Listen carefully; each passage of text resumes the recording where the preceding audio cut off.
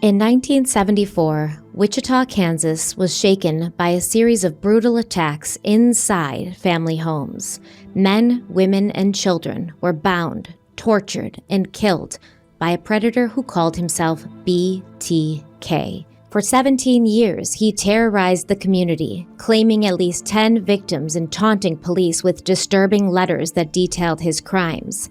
Then, in 1991, the killings abruptly stopped, leaving law enforcement and the public to wonder if the killer had vanished forever. For more than a decade, there was silence. Then, in 2004, BTK resurfaced with new messages, reigniting fear in Wichita. But that renewed need for attention would ultimately be his downfall.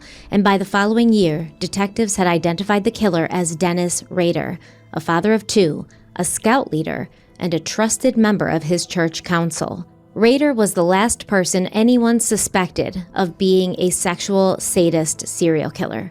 But once investigators began putting all the puzzle pieces together, it became clear that Rader's family man persona was just a mask covering the monster beneath.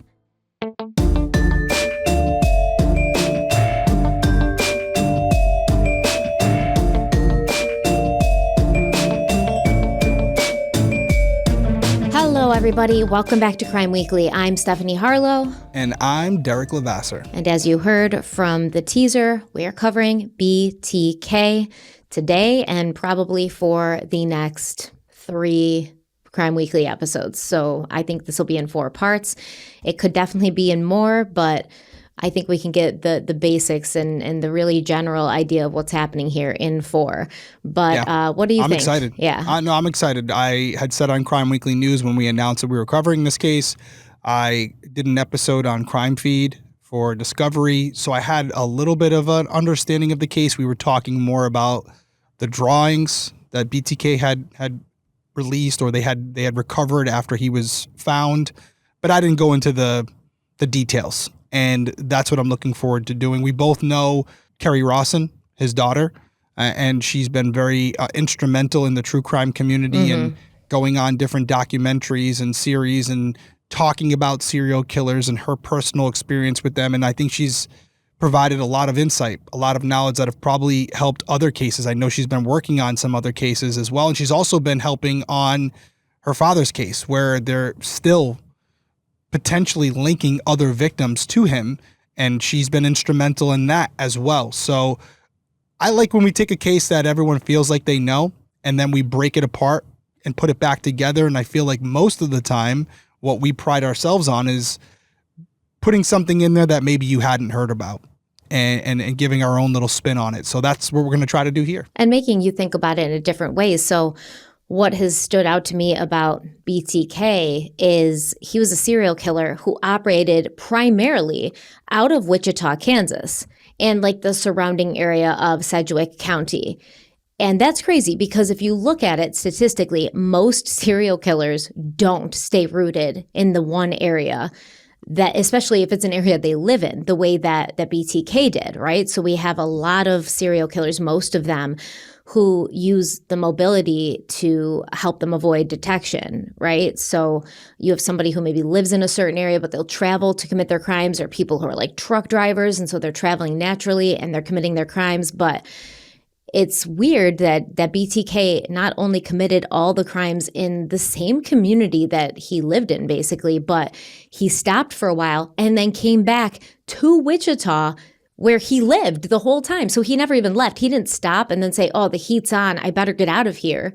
He stopped, allegedly, as far as we know, and then he stayed and he lived there. And then years later, he picked back up and started, taunting and harassing law enforcement and the public again in the same location. So I don't know what that says about him psychologically or, what his self-confidence level was, pretty high. But they say the most successful people are the ones that have a delusional self-belief in themselves to do anything. And I think Dennis Rader was... There's a delusional confidence there, right? Yeah. And the cockiness where they feel like I'm smarter than the police. And also when you talk about 1991, I truly don't know the reasoning behind him stopping. I'm sure we're going to get into that. And my guess would be there is a reason. I worked a case years ago, the Honolulu Strangler. We believed that we solved it, and he had stopped for a while as well.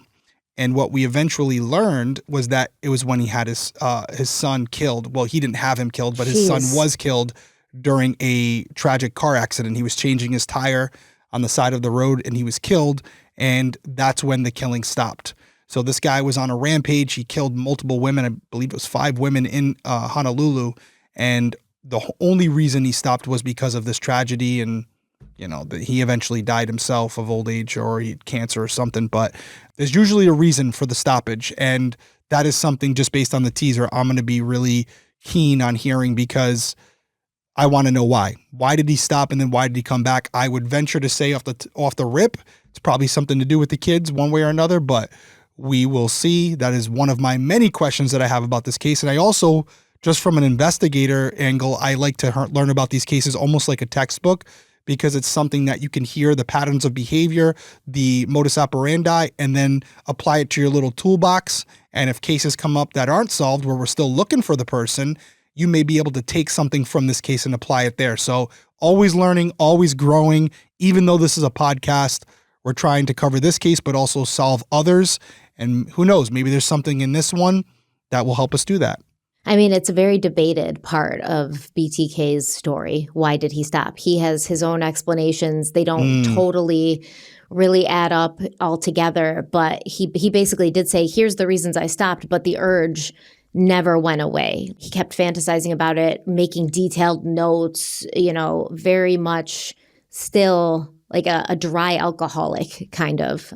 Is that what they call them? Like a dry alcoholic who's not necessarily drinking, but is still thinking about it every single day. But we'll get into all of that. First, as you know, to understand what happened at the end, we always have to go back to the beginning. So that's where we're going, because Dennis Lynn Rader was born on March 9th, 1945, to his parents, Dorothea May and William Elvin. And Dorothea and William had been high school sweethearts. So Dennis was the first of the couple's 4 boys, with younger brothers Paul, Billy, and Jeff.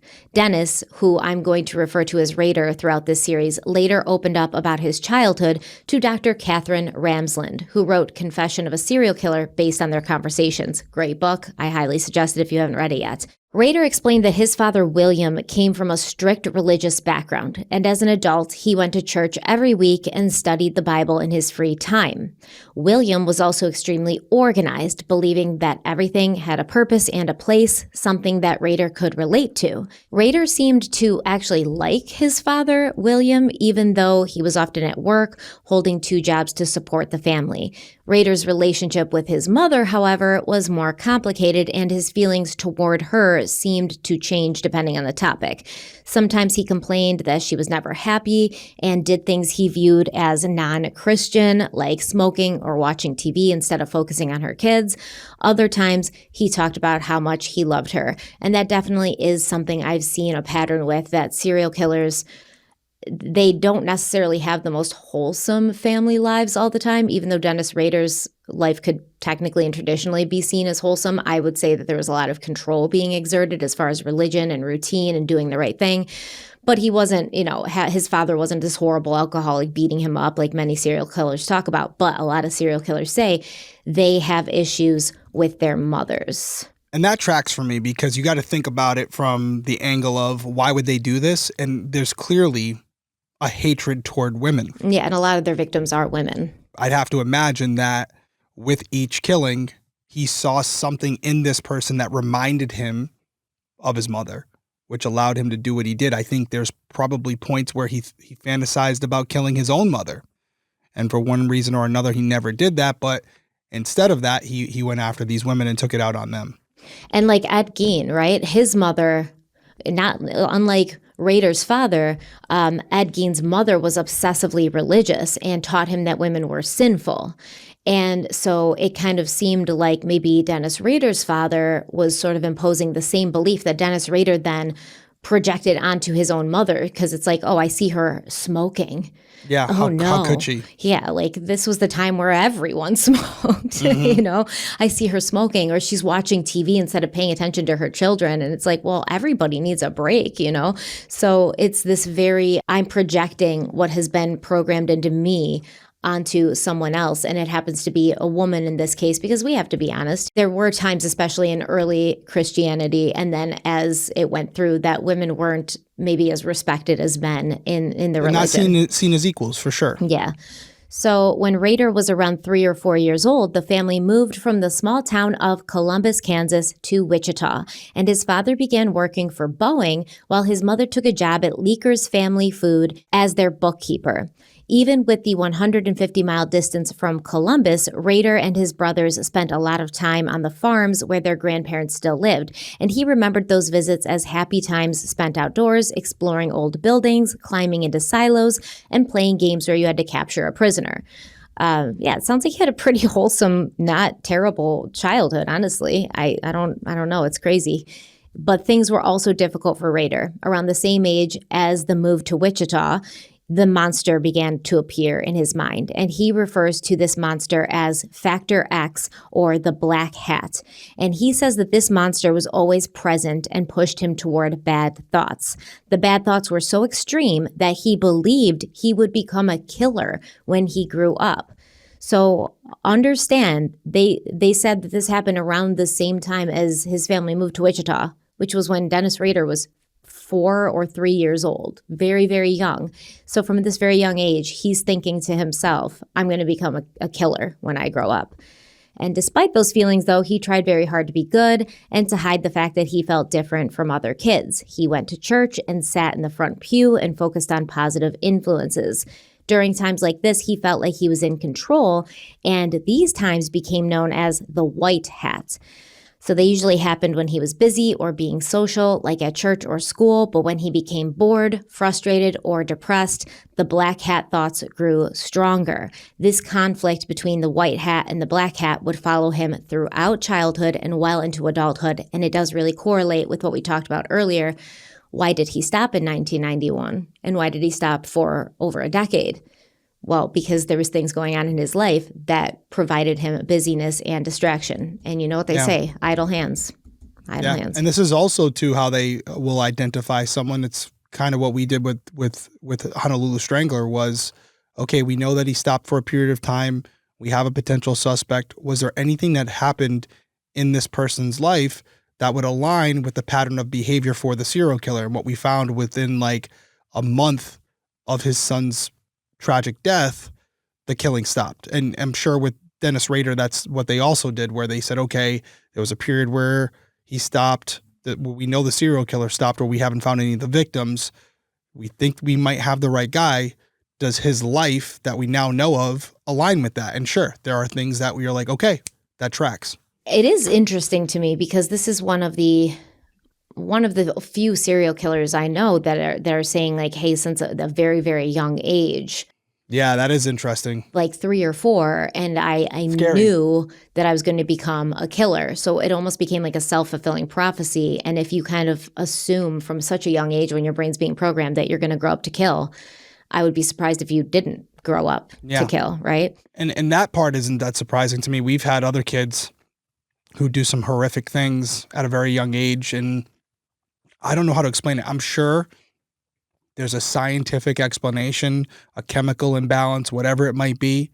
But there's also a part of me, whether you're religious or not, that just believes that some people are inherently evil. Yeah. You know, there's something in them, just like there's a lot of good people out there that are just naturally good. There are also some people that are just naturally bad. And sometimes they're good at hiding it. Sometimes it's, you're well aware of it at a young age. I've had kids that I've walked into a school, and when I sat down and talked with them, I'm talking 7, 8 years old, I just knew based on how they were reacting and how they looked right through me, I'd seen that same look in the eyes of some 30, 40-year-old killers. Mm-hmm. Yeah. And they were just, that wasn't something that was learned. That's just who they are. This darkness, just this like hollowness in the way they look through you. And I'm like, got to keep an eye on that one. Yeah, I think that when we cover these cases like we do so much over and over and over again, sometimes you encounter a case where you have no other explanation than to be like, there's demons out there walking amongst us. Sure. I can't come up with another plausible explanation. I can't understand this with my brain. There's demons out there. So Yeah, and Dennis Rader could definitely be one of them. If there's demons out there, he's definitely one of them. I would agree. So along with the black hat came sexual deviance, and Rader said his first troubling memory came around the same time the monster started talking to him. He told Dr. Ramsland, quote, "One day, either my mom was testing me to see what I would do, or she actually got her hand caught in the sofa. She asked me to go run for help next door. Her wedding band was caught in the spring, I think, and she was crying in panic. I was scared, yet excited. I stared at her. I had a strange feeling in the pit of my stomach and the groin area. I ran next door for help. I often wonder if the early emotions of this triggered some inner dark feeling about a woman in bondage needing help. The sofas replayed in my mind many times. Not mom, but women in bondage on them," end quote.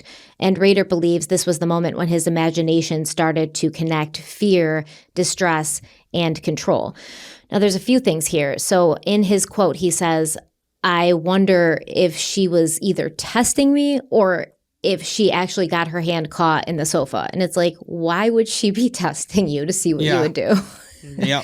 So I think this really does show this innate need for control, because a lot of the times when people have a way of thinking, so for instance, Dennis Rader, everything's about control, right? And for a lot of people who commit sexual assault, it's not about the sexual act, it's about the control and the forced nature of that sexual act. Correct. Right? Yeah. So he's thinking, oh, I control everything and I want to control everybody and I test people to see how they'll react. So maybe she was doing that. He's projecting like his own set of viewpoints and the way he views the world onto other people, because why would she be testing you? What is she testing? Like, I wonder if he'll actually go get me help or if he'll get turned on by this, No, she wasn't testing him.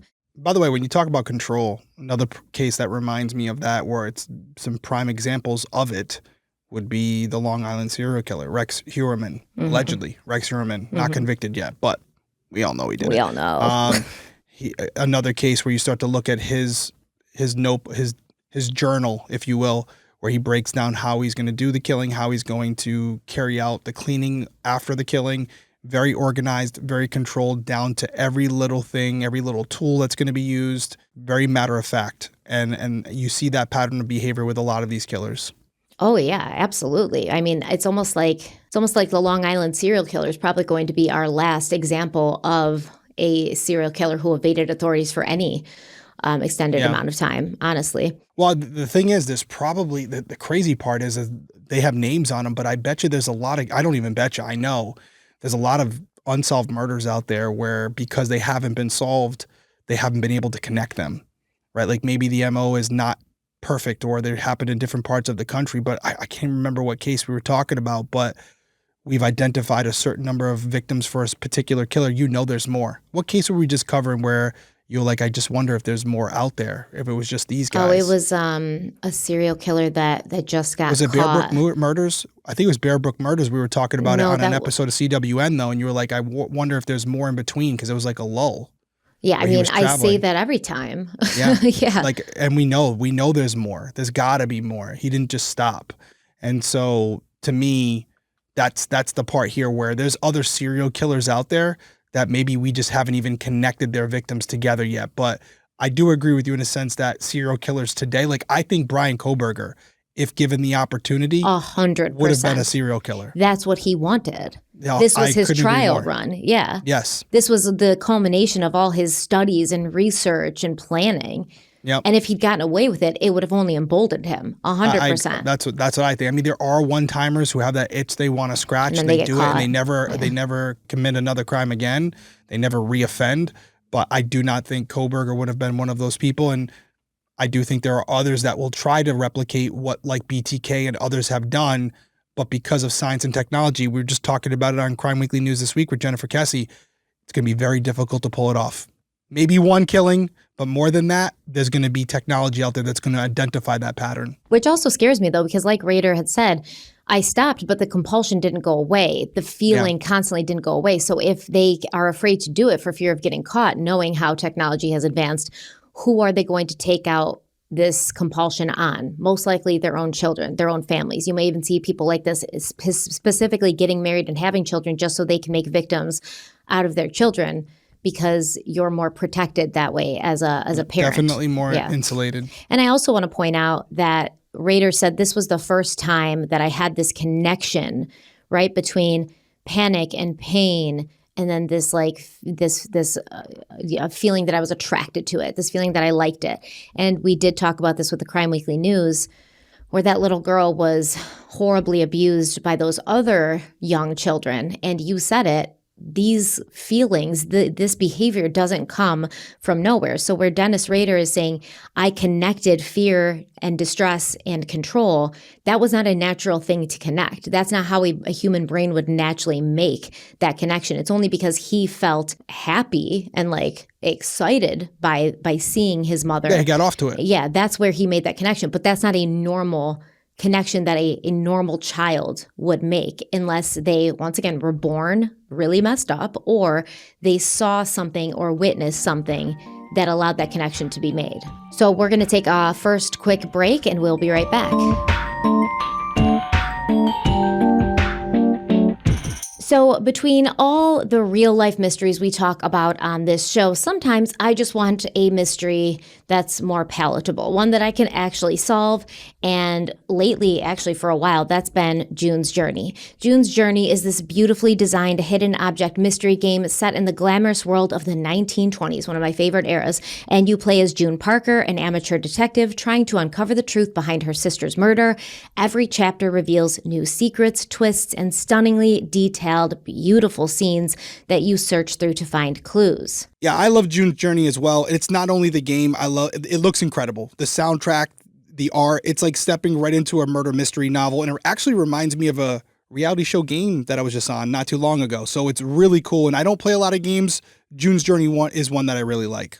I know, you're right. It is beautiful. I've been talking about it forever. It's beautiful. It's relaxing. Like you said, the soundtrack is just this very like ambient sort of music that puts you right in the scene, and the scene is gorgeous. And as you know, it's not just about finding hidden objects. You're artistic, so you appreciate that there's a ton of creative freedom too. You get to decorate your own island as you go, building and designing however you want, unlocking new scenes and areas with every mystery that you solve, and I love that part. Yeah, it's kind of like a mystery novel / cozy puzzle game. That's the best comparison I can give. Yeah, exactly that. It's perfect when I want to unwind. It's challenging enough to keep your brain engaged, but also relaxing. It's not like stressful or cortisol inducing. I'll play a few scenes, collect clues, and suddenly an hour's gone by in the best way. And there are special events and seasonal stories too, so there's always something new waiting. So if you like true crime, you're definitely going to like June's Journey. You need to go download it right now. You should. It's free, by the way. You can play June's Journey on iOS, Android, or PC.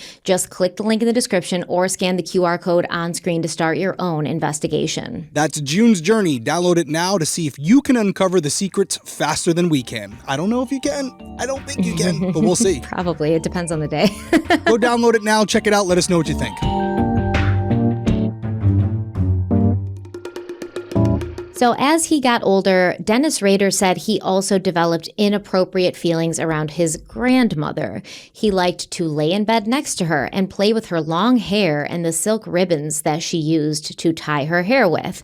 He later connected this to his growing preference for women's silk garments, which he loved to touch and fantasize about. I just think about Dennis Rader's mother and grandmother thinking that they're being like maternal and loving to this little boy, and the things that are going through his head as he's like fingering their silk ribbons, like, oh, disgusting, terrifying. So Rader eventually became fascinated with his mother's romance and detective magazines, focusing on the stories where women were in peril, especially if they were restrained. Around that same time, he learned about serial killer H.H. Holmes, who ran a murder hotel in Chicago. Rader was drawn to the idea of trapping females in hidden spaces, similar to what Holmes had done. He started imagining his own version of that scenario, which he called Death to Pretty Girls. I mean, that's pretty much just the kill the cheerleader trope that we see in horror movies at this point. But he described this fantasy space as a barn-like dungeon with wooden beams and chains, and he believed that this was the beginning of what he later called his need for terror and domination over women. By this point, Rader was developing what is known as paraphilia. It's a sexual disorder that usually begins in childhood or adolescence and persists into adulthood. According to Dr. Ramsland, these disorders can become enduring patterns of behavior in which arousal is tied to objects, unusual activities, or deviant scenarios. They often grow more detailed and consuming over time. When fantasy becomes the main source of arousal, it can be very difficult for someone to shift back to normal experiences.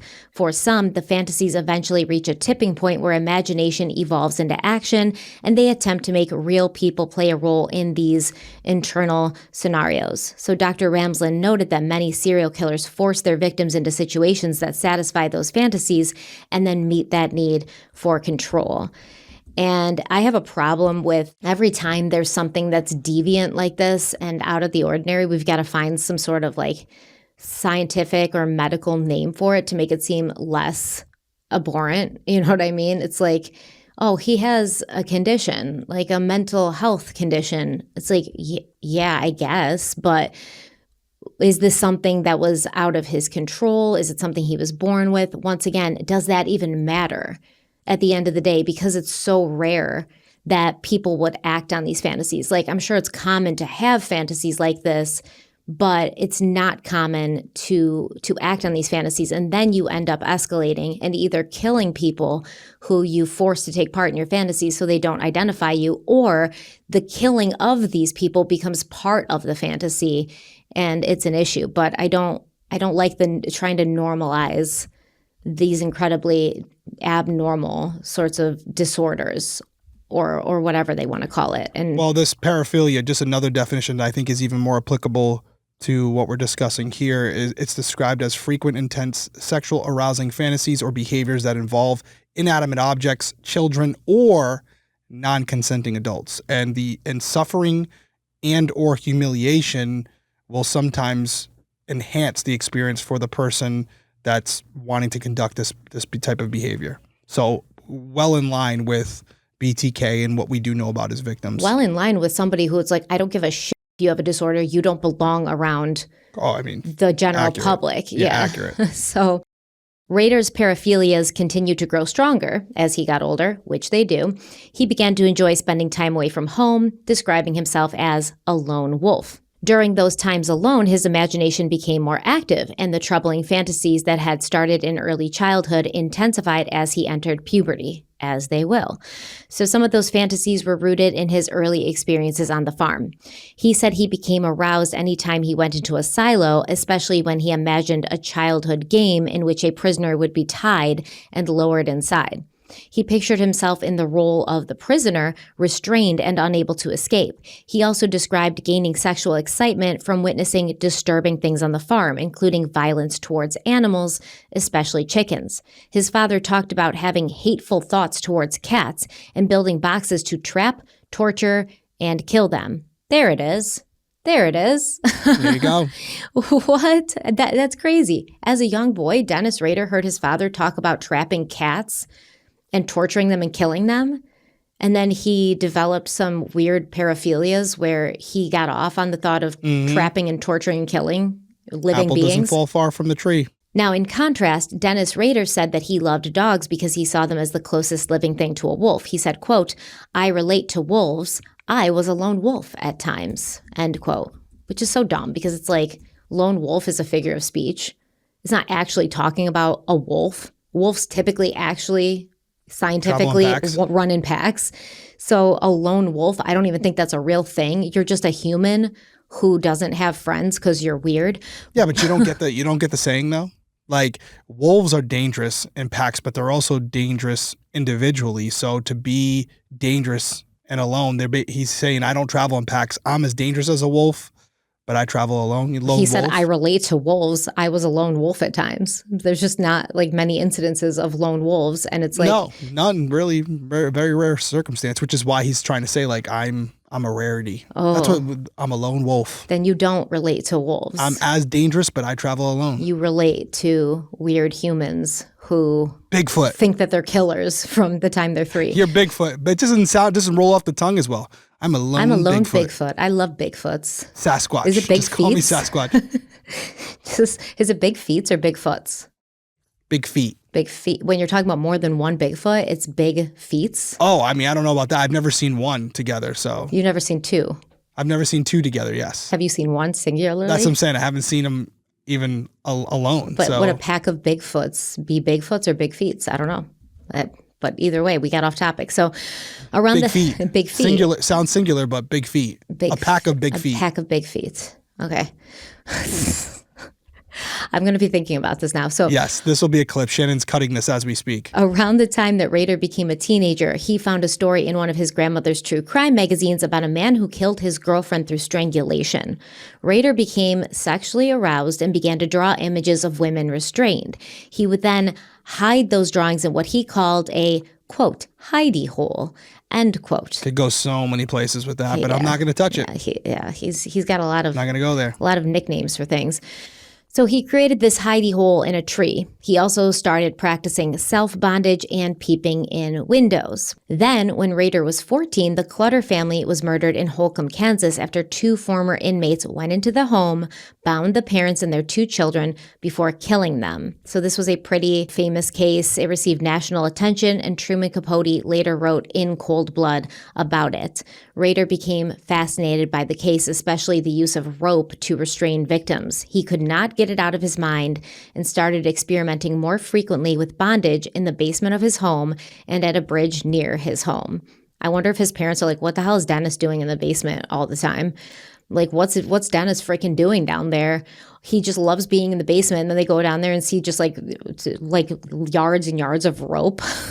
I will say with a lot of these cases, especially even like the mass shootings suspects, if the parents paid a little bit closer attention, there's probably signs there that would indicate something's wrong. But when you have parents who are kind of just letting the kids do whatever they want, they're down in the basement basically building bombs. Not in this case, but you know what I mean? Yes. Things can slip through the cracks because the first line of defense in any of these cases to prevent them from happening. Early intervention. Are the parents. And what do we find in all of these cases? The parents are completely, in some circumstances, right?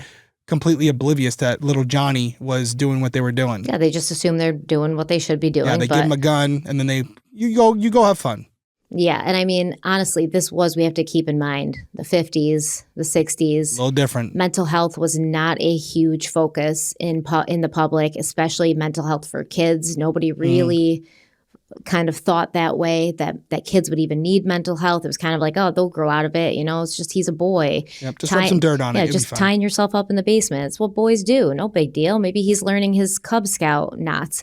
You know, they're almost trying to ignore it, because if they didn't ignore it, they'd have to say, hey, our kid's different and needs help. And back then that would have been something to be ashamed of and to, worry about public scrutiny and how the community would view you, et cetera. So yeah, I think parents at that time were kind of like, let's just act like we don't see that Dennis is a little off. Little Dennis, he's fine. He's fine. He's just got his hidey hole. He's walking around in silk robes. He's got his ligatures around his wrists and ankles. Hey, Mom. Hey, Dad. He's got his grandmother's silk ribbons in his hidey hole. No big deal. Yeah. Yeah, he's sitting out by his hidey hole in his silk robe. That's just Dennis in his hidey hole. No big deal. Oh, my God. And you know that the mom was like to Dennis's dad, she's like, something's going on. He's like, he's fine. He's fine. He's a good Christian, God-fearing boy. The amount of DNA evidence in the hidey hole could solve a lot of cases. Well, Dennis's paraphilias kept intensifying. And once he learned to drive, he went to stores specifically to look at detective magazines that featured women in distress. He also collected what he called slick ads, which were advertisements featuring women in feminine clothing. Dennis has words for everything, right? His hidey hole, slick ads, what did he call the revenge on the pretty girls or something? He's very much a creative mind. We know that he would have been good in advertising or marketing, but he's got his little words for things. And Dennis said that he would tear out certain images and keep them, often focusing on women who had dark eyes and dark hair. Sometimes he'd trace those images onto blank paper and draw restraints onto them. He hid these materials in his hidey hole, but not the one in the tree. This was a different hidey hole. This is his hidey hole in the attic. He's got many hidey holes. I want someone to keep a tally of how many times we say hidey hole tonight, because I can guarantee I'm going 10 plus. More than we ever have before. I'm taking the over. 10 or under, 10 or over. Who's going over, who's going under? Well, I think we'll go over, yeah. Oh, I think we will too. I think we're already at like 9. So he's got his hidey hole in the tree. He's got the attic hidey hole, and then he would keep different materials in different hidey holes, but he hid these specific materials in the attic, and he'd often bring them out while engaging in bondage. He became so dependent on these fantasies that if he could not access his collections, he would stand in front of a mirror and draw imaginary restraints on his own reflection to try to satisfy the same compulsion. Once again, this is a common thread I see in serial killers, because Jeffrey Dahmer did this, like looked at himself in the mirror and like got off on imagining things. Dennis Nielsen, a British or UK serial killer, he would do the same thing. They used the mirror for these things and then kind of got off on seeing themselves in a certain way, or envisioning themselves in the mirror as like somebody else in the room with them, an unwilling partner. So then when Rader was 17, he got into a car accident and sustained a potentially serious head injury. Now, this was probably not what Dennis Rader of all people needed, a serious head injury, but believe it or not, this was the third head injury of his life. He said the first happened before he was born, when his mother fell from a horse while pregnant with him. I don't know if that's actually accurate. I don't know if that's actually possible, I should say. The second happened when he was a baby and he was dropped on his head. Now, as many of you already know, these injuries are notable because research shows how many serial killers did suffer from brain injuries. And a recent study conducted at Trachea Medical University actually found that 80% of the most high-profile serial killers have had significant brain injuries. Now, the study suggested that, quote, head injuries, especially those affecting specific brain regions, can lead to problems with impulse control, emotional regulation, and decision-making. Findings also suggest that timing plays a key role, too. Early life brain injuries, particularly during critical development stages, disrupt emotional and social development, whereas brain injuries during adolescence often impair impulse control and judgment, end quote. Yeah, this totally, I mean, we were just saying it where I was talking about how there's probably a scientific explanation for why children at such a young age may already have these thoughts or feelings about killing someone. And this is probably one explanation that would check most of those boxes, right? That something happened, whether it was identified or not, where there was a traumatic injury to the brain at a young age. Now, maybe it's something that goes unidentified. Maybe it's falling off a garage, or they have a concussion that's more severe than they thought. And these brain injuries ultimately rewire or disconnect something that's needed for us to function normally. And I think it's important because if we can identify these data points in young children, we can potentially flag them as someone that needs to be monitored going forward, because they have a predisposition based on this injury or this genetic marker that allows us to say, hey, it's not their fault, but this is the case. And now we have to keep them on a radar. They have to be in a system. And now a lot of people are probably typing right now as I'm saying all that, because what if it's your kid? You know, where do we draw the line? Mm-hmm. But I do think if you have enough studies to show, hey, with this particular injury on the brain, you're 80 to 90% more likely to commit crime or whatever it might be. There would have to be a lot of data to support that before any parent would be willing to do that. How would you feel about that? I'm going to ask this to the audience as well, but hypothetically, you have a child who's 7 years old and they're displaying some weird behavior. So you bring them to a doctor where they have an ability to identify if your child has like some onset of like CTE or something like that, right? They identify this marker in your little boy or girl and say, hey, we want to keep an eye on them going forward because they could potentially hurt people down the road. What would your response be? That's a slippery slope, right? Because exactly. That's why I'm asking you. And by the way, I want everybody to weigh in down the comments. Let me know what you think. What would your response be? Once you go to a medical establishment like that, it's on the record, right? So of course, is that record going to be used and your child to be treated differently because of that potentiality? They're going to be on the FBI list? Right. Is there some list that they're going to be on? I don't know. Super slippery slope. It's kind of Minority Report-ish, right? Yeah. And by the way, for anybody who doesn't know what Minority Report is, movie, they basically can predict crime. They lock people up before they carry out the crime. So That's a quick version of it. Now, here's the thing, though. A lot of these head injuries, now we know the one that when he was in a car accident in his teens, most likely valid, but my mother fell off a horse when she was pregnant with me, so I got a brain injury. And then when I was a baby, I was dropped on my head, so I got a brain injury. First of all, those are probably self-reported, as in they may not have ever happened, A. And B, it's just not super likely that a trauma to the mother, even if it is a fall, would cause like brain injury to the point that it would affect neurological or developmental. Like it wouldn't cause neurological or developmental impairment. That happens in less than 1%, well under 1% That's of surprising pregnancies. to me. You're protected. You're very protected in there as the fetus. But you think about the food they eat, the activities they conduct, smoking cigarettes, drinking alcohol, things like that. You would think that if it's a hard enough hit to the stomach region, just by the shaking of that, the abruptness of it could cause an injury to the brain based on how soft the skull is at that point. But that's interesting. But the uterus provides protection. That protection because of the fluid? If you were a baby and you were dropped on your head, I suppose that's definitely possible that it could cause a TBI. But if you're in a liquid bubble is what you're saying. Yeah, but also did that happen? Did either of those things happen? Or is he just trying to use excuses? Because Dennis Rader has never allowed his brain to be scanned, whereas other serial killers have. So we can't actually prove that happened. We just have to take his word for it, and I'm not willing to do that. I would bet a large sum of money, whether he's lying about those incidents or not. I bet you he has something wrong, something in there that they would be able to identify at this point. 100%. Even if it's not from a brain injury, you'd be able to see certain parts of the brain that were less developed or more developed, and that would give a direct line to how his behavior happened. Yeah, I agree. But how would that compare to like the brain of like an Aaron Hernandez? I would love to see those comparisons. Oh, absolutely. Not saying Aaron Hernandez was a serial killer, but Aaron Hernandez was a dangerous dude who didn't. He wasn't thinking. He didn't care about taking someone's life. So I do wonder, would there be similarities? Would it be slightly different? Would it be in the same region of the brain?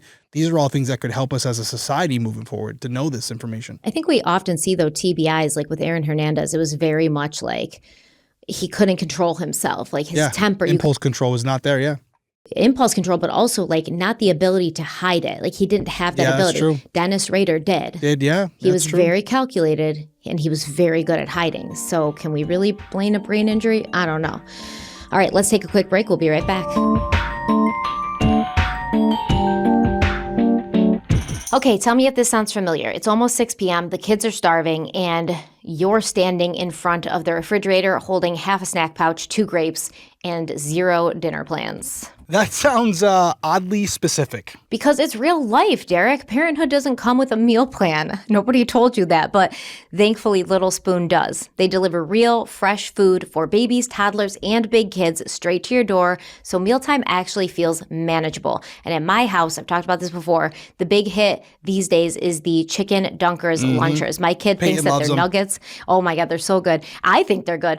My kids think that they're nuggets with dipping sauce. I love that they're packed with hidden veggies. Nobody's crying. Everyone eats. I feel good about it. That's a win. Yeah, that's what I like as well. It's convenient, but it's still good food. It's real ingredients, no dyes, none of the weird stuff. We need more of that, especially with all the processed food that we have out there today. Exactly. Their meals are made with the help of pediatricians. They're packed with hidden veggies, and somehow my kids still ask for seconds. Plus, everything shows up at your door every 2 weeks, so dinner is one less thing to stress about. Whether it's breakfast or lunch, Little Spoon has you covered. And here's the exciting part. Little Spoon is now in Target. So on your next diaper run, or let's be honest, your candle sniffing break, you can grab their snacks, pouches, and yogurt smoothies right in the store.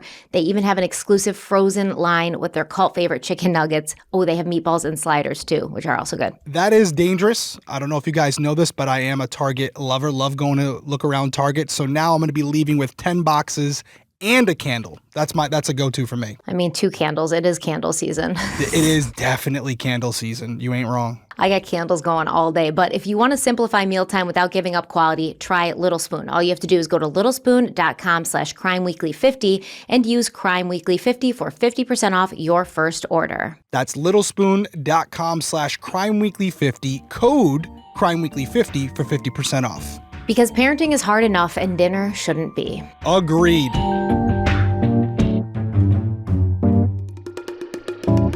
After Rader's third brain injury, his sexual deviancy only got worse. At 18, he developed an obsession with women being tied to train tracks. He said this came from watching the Rocky and Bullwinkle show, where a character would restrain a woman on the tracks and another would rescue her just in time.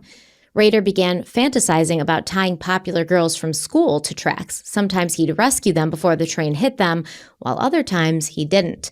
No matter what the scenario, he loved every second. He explained to Dr. Ramsland, quote, "The tying or controlling of a person onto a track was sexually exciting, but saving the person was a thrill also." End quote. By then, bondage had become the foundation of Rader's life, and it consumed his focus, causing him to barely make it through high school. After he managed to graduate in the spring of 1963, he tried to put the black hat away and focus on dating real women, not just women from his fantasies.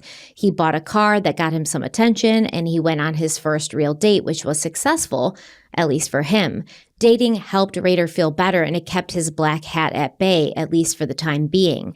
That fall, he went to college and kept dating, which continued to help his bad thoughts. But he wasn't doing well in his classes, and eventually he dropped out. He moved in with a friend and worked full-time at Leaker's Family Food, where his mother, if you remember, was the bookkeeper. But without school to occupy his mind, the black hat started to return, and his sexual fantasies continued to grow. One night, while working at Leaker's alone, Rader stole some lipstick and used it to put fake lips on his face. That way, his roommate would think he'd hooked up with someone. While applying it, he realized he liked the feeling of wearing makeup. When he returned home, his roommate believed the hookup story, but Rader was more excited by the way the lipstick made him feel than his roommate believing the lie itself. So he began wearing makeup whenever possible and eventually started cross-dressing as well, often buying silk products because of, his grandmother's hair ribbons. So Rader also returned to reading detective magazines filled with stories of women in peril. Almost immediately, he became addicted, spending every free minute looking at the magazines, fantasizing about what he'd do to the women. He also fantasized about binding himself, meaning he had masochistic and sadistic tendencies.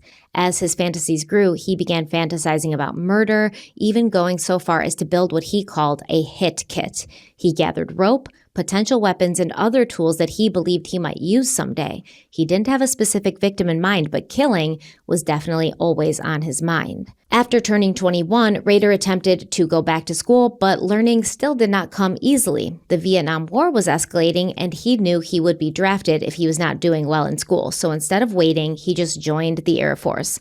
Following basic training, he was stationed in Japan. The black hat was present during this time, so Rader spent his free time studying stories of serial killers and cutting out photos of women before hiding them in, you guessed it, new hidey holes. He's got hidey holes all over the country now. Hidey holes here, hidey holes there. So in 1970, Rader received an honorable discharge and returned home. That summer, his mother introduced him at church to a woman named Paula, who she thought would be a good match. Paula was attractive, so Rader asked her out. They began dating, and in January of 1971, they got engaged. Rader worked very hard to keep the black hat at bay, at least according to him, and for a time it was working. He was feeling better about life, and so he enrolled at Butler County Community College and worked at Leaker's at the same time. But then, in February of 1971, Paula, his girlfriend, his fiancée, she was in a serious car accident during a snowstorm and broke her back. On the way home from visiting her in the hospital, Rader stopped at a store and saw detective magazines. It was a trigger, and once it was flipped, the floodgates were opened. He began buying them again, and the black hat thoughts returned with a vengeance. So what do you think this is? It was when he's engaged to Paula, he's sort of living a normal life. He's like, okay, I can do this. But then something bad happens to Paula that maybe Dennis Rader's not in control of. He can't do anything about it, and this triggers these feelings and these compulsions to return because something sort of traumatic or stressful happened. Like stress is often a trigger. Yeah, it could have been a scenario where for a while he was able to control it himself. And then once he had Paula, he felt less of a need, so that he maybe lost that ability to do so and was relying more on Paula, so that when she was no longer there and he had kind of lost that skill to control it himself, by her basically indirectly pulling that rug from under him so abruptly, it didn't allow him to kind of build up that tolerance, and instead it caused an adverse reaction where when you have something that you're using as a security blanket and it's ripped from you, you're in trouble. You're in trouble. But it also, he had this itch to scratch all this time. Yeah. And I think in the back of his mind, he was looking for a reason. And this happening, I'm sure in his selfish mind, happening to him, when in reality, the tragedy happened to Paula, hurting her back. And I don't even know if the injury was permanent or not. You didn't mention that. Yeah, she broke her back. So, I mean. She broke her back. Was she able to walk again down the road? Was she not? I mean. Down the road, but not at that moment. So she's incapable of being with him because she's obviously going to be in bed for a while. And that was all he needed. It was all he needed. He saw the magazines, no control. He acted on it.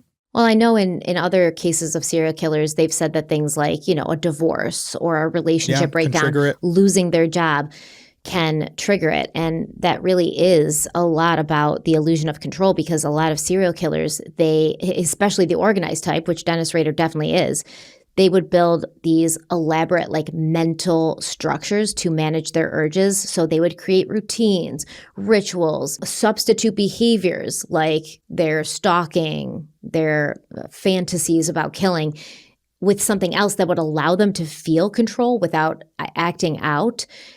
But that control is obviously an illusion. So a lot of the times we see people who have addictions, they stop doing their addiction, but then they'll start working out a lot. They work out every day. And if they don't work out, they're not good. They're stressed out. They don't have the ability to regulate. So you're replacing one addiction or one routine with another.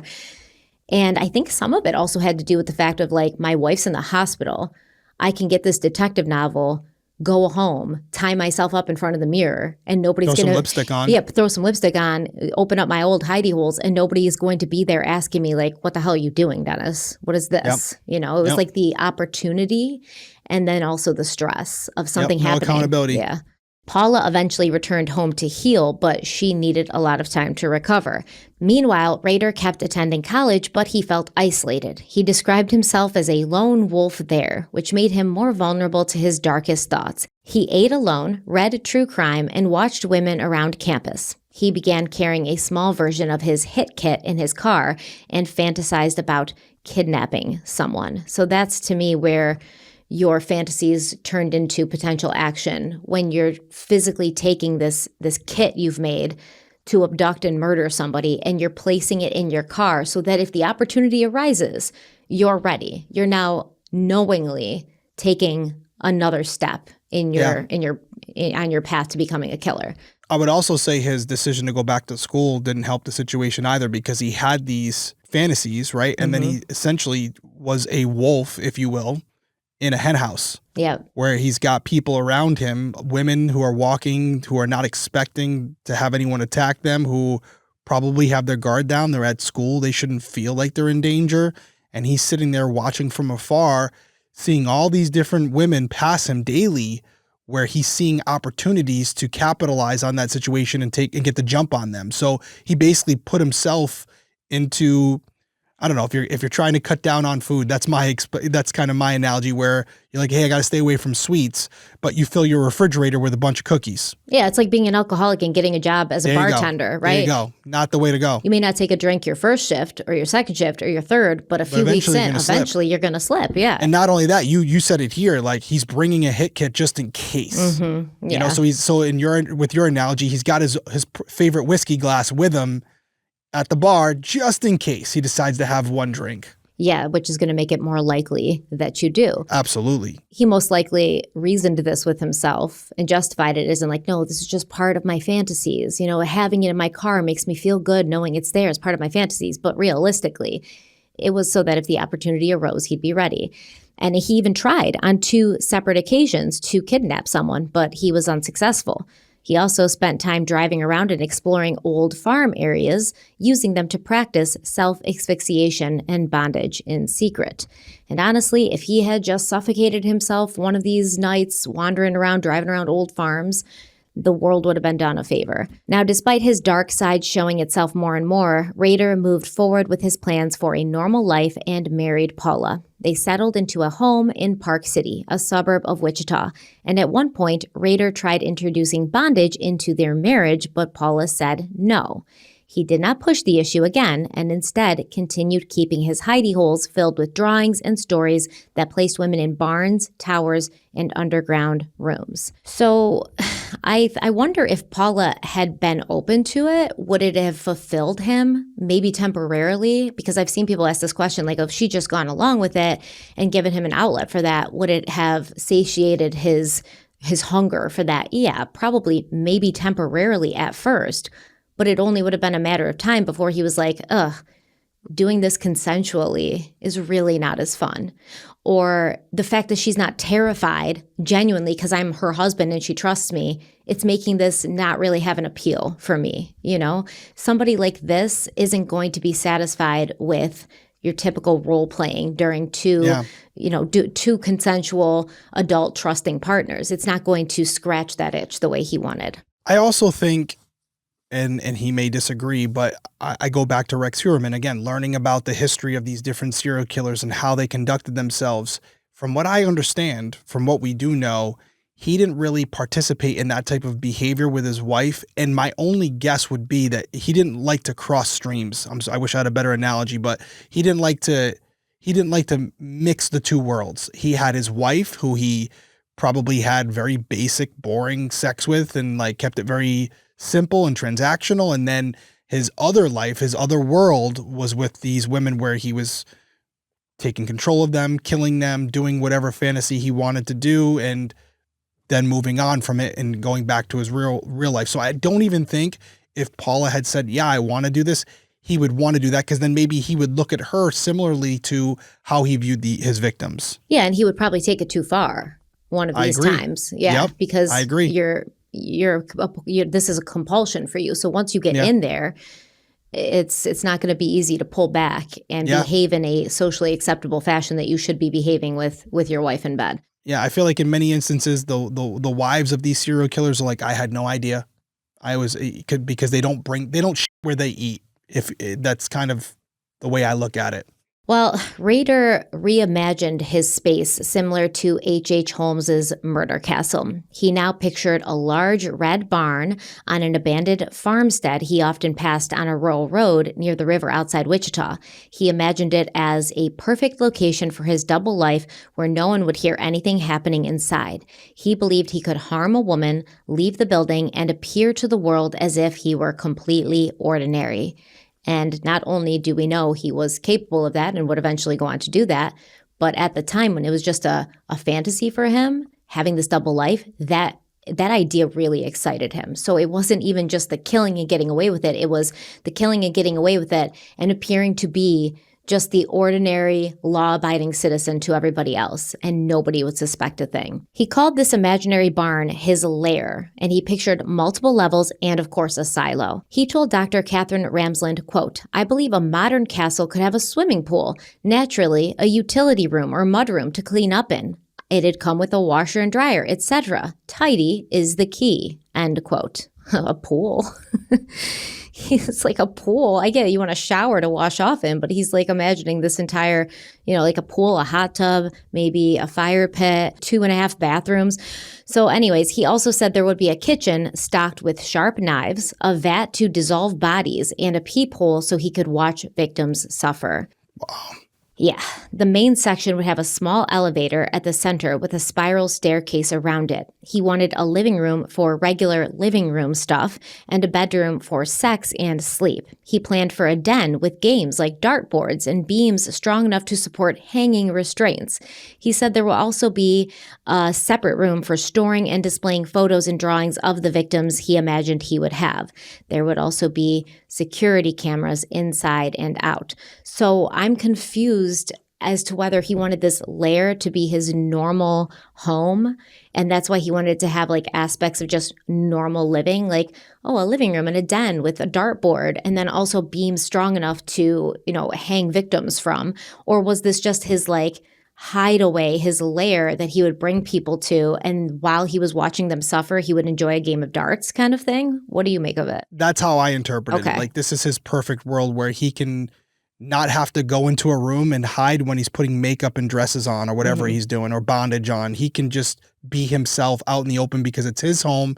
He's alone, and both things can coexist. He can go in there and play darts while there's a woman hanging from a piece of wood in the other room. And he doesn't have to hide any of it. It's his sanctuary, his place to go. Whereas you described the farm that he kind of saw on the way to school or wherever he was going, where he used to think that would be the perfect place because I could do what I'd want and nobody would hear anything. So that's how I took it, where he can be unapologetically himself. And some of the things he enjoyed were normal, right? Like you said, playing darts, having some good food, whatever, hanging out in the kitchen, in the living room, watching TV, but also carrying out his fantasies in the open space, not somewhere in the basement or in a closed room with the door locked. Not hiding away, ashamed. He can truly be himself. Yeah. Yeah. So it's like I'm a man of many facets. I like to torture and kill women, but I also enjoy... No need to live two separate lives. This is my place where I can be who I am. Yeah. Okay. Well, that's weird. But all right, How about no for that? Yeah. So he's imagining himself as Batman, like going down and putting on the costume. His man cave. Having his security cameras inside and out. I wonder why he wants them inside, right? So he can have a documentation of what he's doing to these women. And then he wants a separate room where he can put up their pictures and hang the trophies of his horrible crimes and his conquests. Mm-hmm. All right, let's take our last break and we'll be right back. All right, fall is here. That means cooler mornings, cozy evenings, and the annual "Why do I hate everything in my closet" crisis. That sounds about right. That's you every October. I know, and I'm like, I need new cardigans, even though I have 75 in my closet. Because it's true, though. This year, I actually came prepared thanks to Quince. They're my go-to for quality essentials that look refined, feel amazing, and don't blow your budget. So think about this: $50 Mongolian cashmere sweaters, premium denim that fits like a dream, and those wool coats, like the trench coat ones, they look like they're totally designer, but they cost a fraction of the price. I've been living in mine lately. Actually, I wore it to work today. It's navy blue. It's soft, structured. It somehow makes me look like I have my life together, even when I definitely don't. I'm wearing it with sweatpants today, and I somehow managed to look fashionable.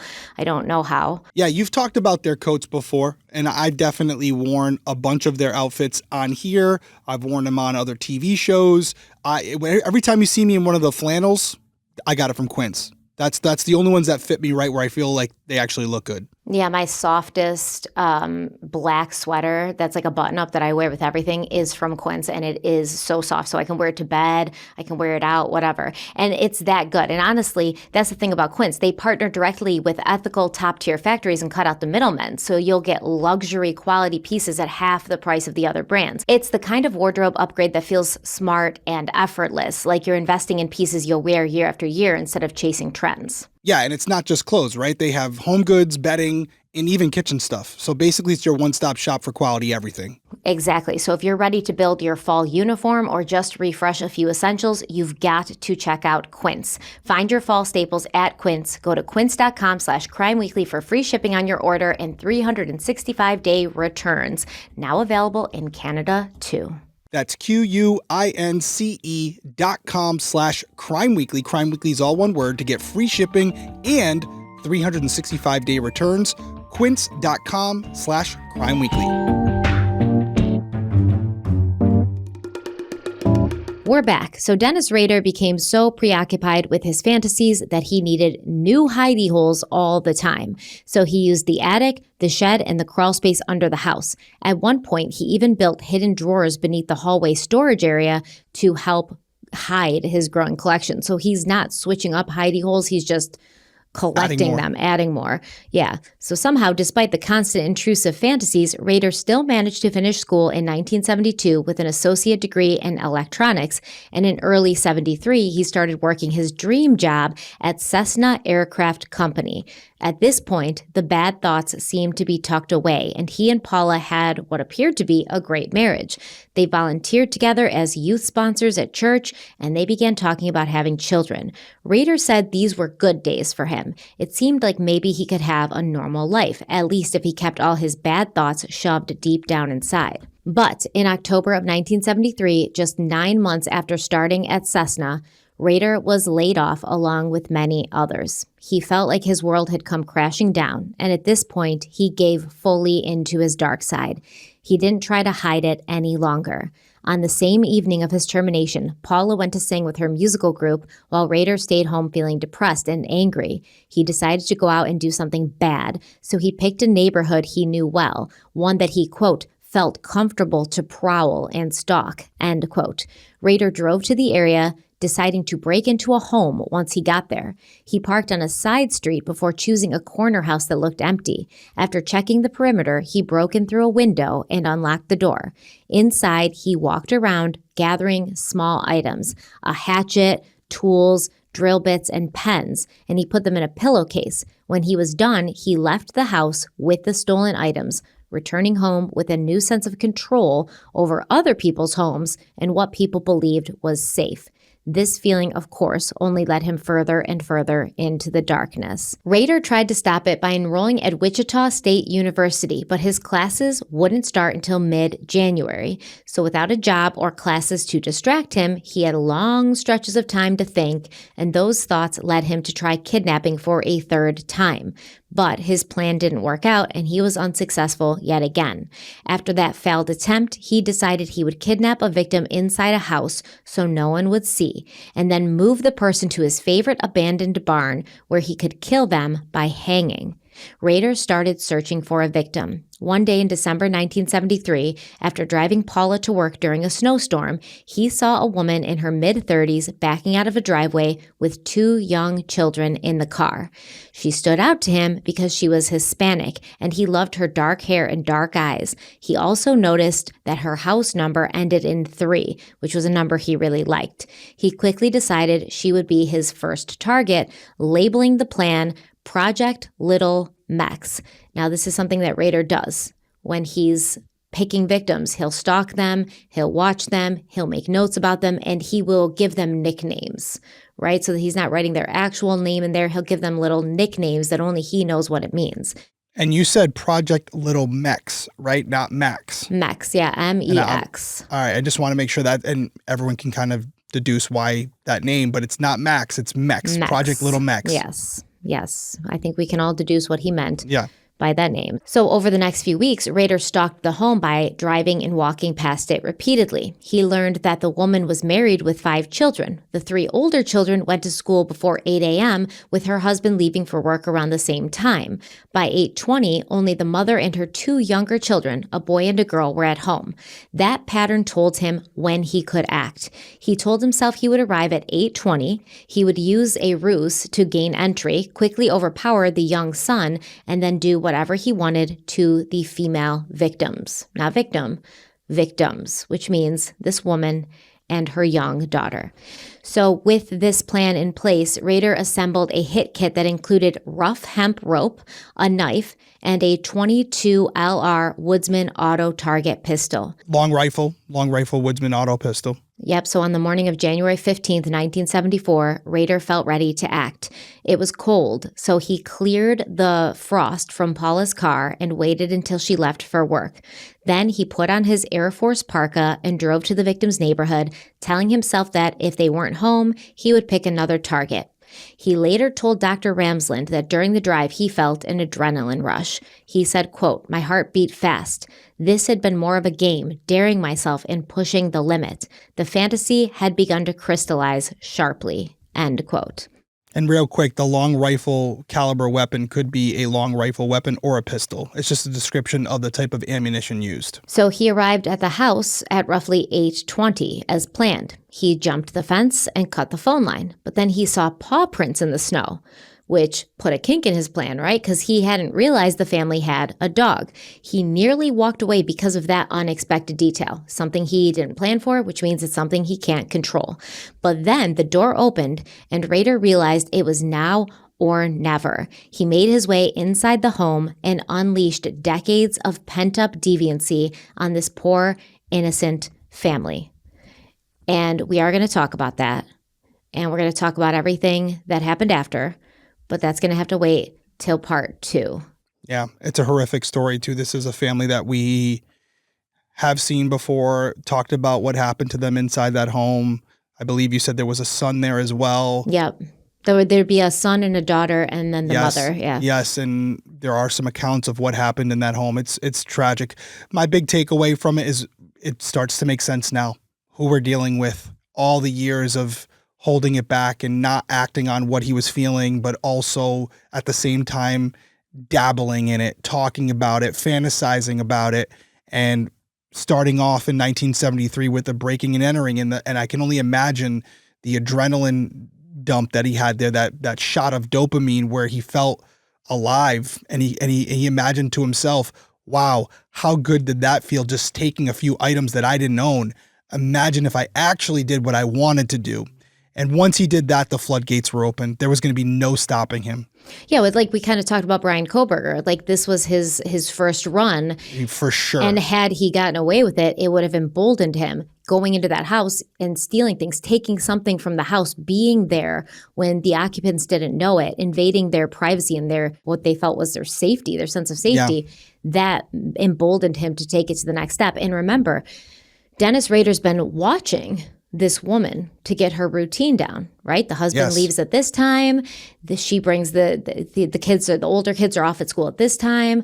So if I get there at this time, 8:20, I should only have to contend with the mother, a young daughter, and a young son.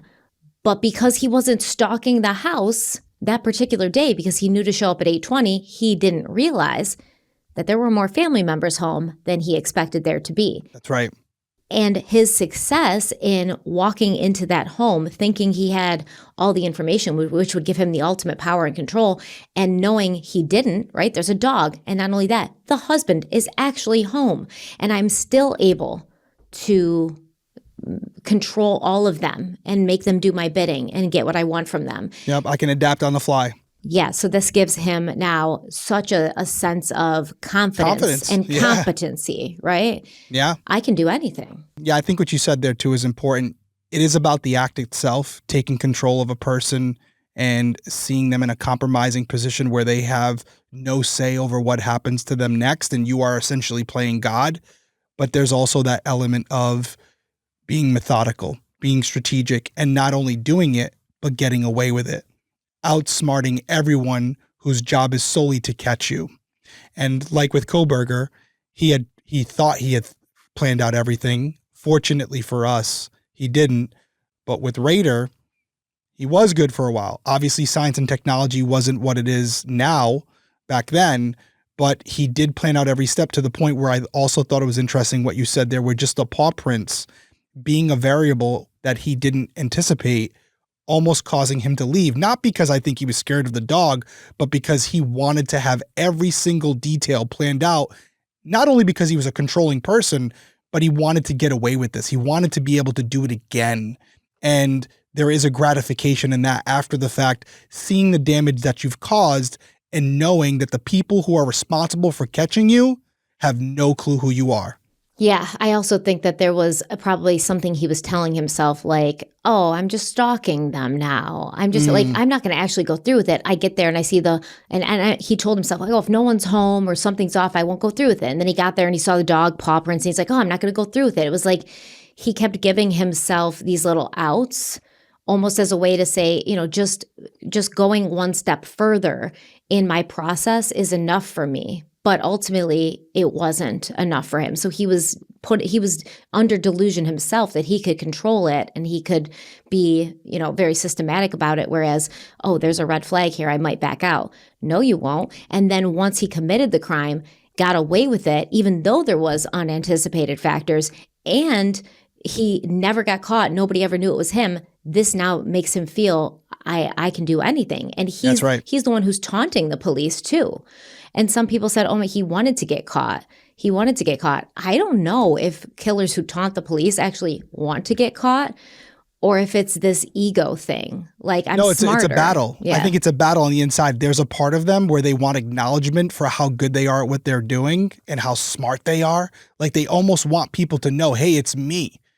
I'm that good. I'm the one who's avoiding apprehension. But once they get too close to the sun, they can get burned. And I don't want to foreshadow anything, but a lot of people know where this case is going to eventually go and why we're talking about it. You opened it up with the trailer. But yeah, I mean, a lot of people on here have probably heard of this case before and heard of Dennis Rader, all I would ask is that you don't spoil it for everybody else. Some people might be following along with the story. Interact, comment, talk about the case and where we are in the story now, and allow us to go through it. And we have a lot more to cover, and we're going to get into details that maybe you haven't heard of before, even if you're familiar with the case. So that's my final words on it. I do want to go back to the over-under on the hidey hole. I think we definitely over 20. I don't know. Definitely over 10. Close. Definitely over 10. Yeah, that was. Weigh in down in the comments. Let us know. But fascinating case. I'm glad we're covering it. Hidey hole. I'm interested in learning about more of it because I want to know what patterns of behavior I can add to my toolbox and apply to the different cases that we cover. Yeah, and what you said, I was just thinking about what you said about wanting kind of recognition and validation for being this good at this thing, which is weird, right? Because, but I've seen this happen in smaller instances, like not so serious instances, but about 10 years ago, I had a friend who loved to shoplift, and she'd be so happy when she would shoplift. Was this woman's name begin with an S? No. Just kidding. Just kidding. No, but she would have like just the idea that we'd go into like a gas station and she'd take something. And that wasn't enough to know she'd gotten away with it when we got in the car. And then we drove a little bit. She's like, look what I got. Look what I got. Like she wanted me to know how good she was at taking it and not getting caught, and how she would do that all the time and she would never get caught. And I was like, ew, could you not do that when I'm with you, man? Like, and she couldn't stop. And she's like, yeah, I won't do it when I'm with you. But then she would again. And then she'd proudly show it to me. And eventually, pretty soon after that started happening, I was like, I can't hang out with you anymore, man. Like, this is weird. And I ended the friendship. But she knew I didn't like it. She knew it was distasteful to me. And she still had to like show me and be proud of her accomplishment because she felt she was doing something that like made her intelligent or really, covert or good at this thing. And she had to tell somebody. She had to tell somebody she got away with it. So it's probably like that in the same way with Dennis Rader. It's like, yes, killing isn't socially acceptable, but he's like, do you know how good at it I am? Do you know how good at it that I am, like, in stalking these people, figuring out what they're doing, where they're going to be, going in, controlling multiple people at once, and then cleaning the scene so thoroughly that there's been no trace of me or what I did left behind? Like, do you know how good I am? And I think that Bryan Kohberger, if he had been born in a different time before DNA and technology caught up to these killers, he would have flourished and been more successful in that time, like BTK, because he was systematic in that way. Like, he made mistakes, but he made mistakes that technology caught him in. I completely agree with you. You think about Bryan Kohberger. Yeah, he did leave behind a knife sheath, but ultimately it was the DNA recovered from that sheath and other areas that allowed us to identify his father and then identify him. So 100% agree. And that's why the Dennis Raders of the world, as we started off this episode saying, are going to become less and less frequent, which is a good thing. I think they're still going to be there, but that's the concerning thing. They're still going to exist. Yeah. I also think people are becoming more aware of their surroundings. Like, the world is just a dangerous place now. And you talk about how he kind of cased the house before going there. I don't know all the specifics. I don't know if there were opportunities to see something, but now every house has surveillance cameras. Motion almost activated, yeah. Yeah, and if you see the same, I think now we live in a world where if people see the same person walking by the house, even if they're not doing anything wrong, they're like, hey, who are you, buddy? Yep. So I think it's just people are aware of these types of cases, and a lot of people listen or watch true crime because of this, to be more prepared to protect themselves or the people they care about.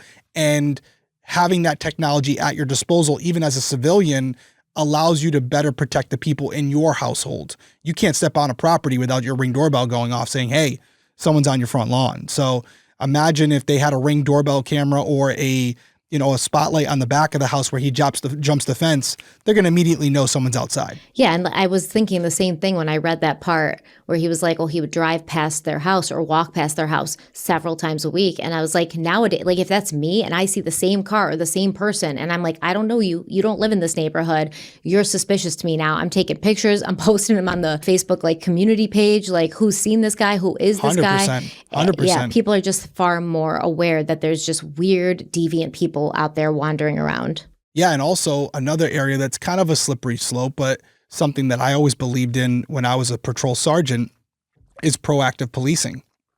Having officers in particular quadrants of our city I would always like to assign the same officer to the same quadrant for multiple days or multiple weeks. They didn't necessarily love that because it got a little boring yeah. and redundant, but they became so familiar With the with that comings and quadrant. goings, yeah. They knew not only the areas, not only the people when they were going and coming to work, who was from that area, who wasn't. And this is where it does get a little slippery, but if they see someone who's not from that area, who's walking around, maybe looking into cars, looking into yards, I would promote stopping them, having a conversation, not detaining them. Getting their name. If they can, getting out, hey, how are you? Are you lost? Anything I can help you with? Are you from this area? Did you just move here? I'm Officer Derek. Just wanted to meet you and say hello and welcome to the neighborhood. And you just make note of that. And now if multiple officers are making that same note, even if it's not something that stops it, it could be something that you use later to go back and identify people who were casing that area. But there's also a world where by stopping that person, let's say it was Dennis Rader and he had been stopped by a police officer the day before in that area, may have given him pause to go and carry out this act now because he's been on a radar somewhere, maybe. And so that's a whole different can of worms that some people may say, well, we shouldn't be stopping anybody unless there's probable cause or reasonable suspicion. I'm not going to say I necessarily disagree with you, but there are pros and cons to taking the initiative and being proactive. So yeah, fascinating case. So much to learn from it. Does a police officer have the right, if they see somebody in a neighborhood that they're so familiar with that they know that person doesn't live there and they've seen this person there a few times, they want to know what they're doing there, do they have the right to just pull over and talk to them and be like, hey, can I see your ID? Can the person, they don't? Can they ask? So it's a great question. And I think a lot of people, this is a tough conversation to have. No, they don't. You have to have reasonable suspicion, which is the belief that a crime has been committed, is being committed, or will be committed. And you have to support that reasonable suspicion with articulable facts and circumstances. For example, I've seen an individual in my quadrant that I've never seen before. And as I was watching them from a distance before they saw me, they were hand checking car doors, looking into car windows, going through different areas. And when they saw me, they proceeded to evade eye contact with me, look in an opposite direction, and fled into an alleyway or something to suggest they may be committing a breaking and entering into a vehicle. Or planning one, yeah. That's how you articulate that. And at that point, you can get out, detain them, and attempt to identify them. But even then, it's tough. But if you have reasonable suspicion, you can identify them. However, what I would say, and it's still applicable to this day, you get out of your car, even if you don't have reasonable suspicion, you approach someone. Now, they have the freedom to walk away. When you get out and say, hey, how you doing? They could say, go F yourself and keep walking. And there's nothing as an officer that you can do about that. However, you have the right as an officer to be there and to walk that sidewalk and to drive that area. You can't harass them, but you have the right to be in that area, patrol your division, patrol your streets. So yes, they have the ability to walk away and tell you to pound sand. But I will say in my experience, in most cases, if you approach the situation in a friendly manner, you may not even have to identify them. If you get out and say, hey, how are you? They may say, hey, I'm good. And sorry, I'm from the area. I live over here and I'm just doing my new walks and I'm not completely acclimated to where I'm at. And you may go, okay, no problem. Have a good day. Now, if you continue to see them over the next couple months, you become familiar with them. And maybe at some point you exchange first names. Maybe you don't. But you can build that relationship over time where if it's 4 o'clock in the morning and you see a random person, that may cause you a little bit more where you're like, okay, I'm only seeing this person 3 or 4 in the morning. They're always wearing a backpack. They're not in school. They're 30 something years old. And after seeing them within a reasonable amount of time, I always get a report of a breaking and entering in a house or a car. Now that's reasonable suspicion to potentially stop them the next time. And you could take a picture of them too, technically. It's a public place. They don't have the right to privacy at that point. And we have body cams. Right. And we have body cams on and those are recording at all times. So I don't think most people who listen to our channel would have a problem with you as an officer who's getting paid by the taxpayers to go out there and do your job and not be reactive, where you're only responding to calls after the crime occurs. However, some officers do take it too far, where, as you just said, they'll go up to someone with no reasonable suspicion. Hey, give me your ID. Oh, I'm not going to do that. Well, then I'm going to arrest you. Most states you can't do that. But some guys will go too far with it and they burn that ability for everybody else. So again, it's a totality of things. Security surveillance on your own house, alarm systems, proactive police work, just being aware of your surroundings, all of that over time can create a safer environment for everybody from that community. No, absolutely. I mean, Got a little bit off the path there. I but feel like even if you're in the community and you see somebody walking around, take a picture of them just in case. 100%. Yeah. Now, it doesn't have to be a police officer. It can also be just a neighbor who wants everyone to be safe. There's actually apps out there now where if you're part of a neighborhood, you can be invited by the other neighbors and you all can kind of talk and communicate with each other if you see something out of the ordinary. So science and technology, it's becoming our best weapon to fight crime. Absolutely. All right, cool. Well, we will continue this conversation next week. And yes, until then, what should they do? They should stay safe out there. They should stay safe out there. Thank you see you guys next See week. you next week. Bye.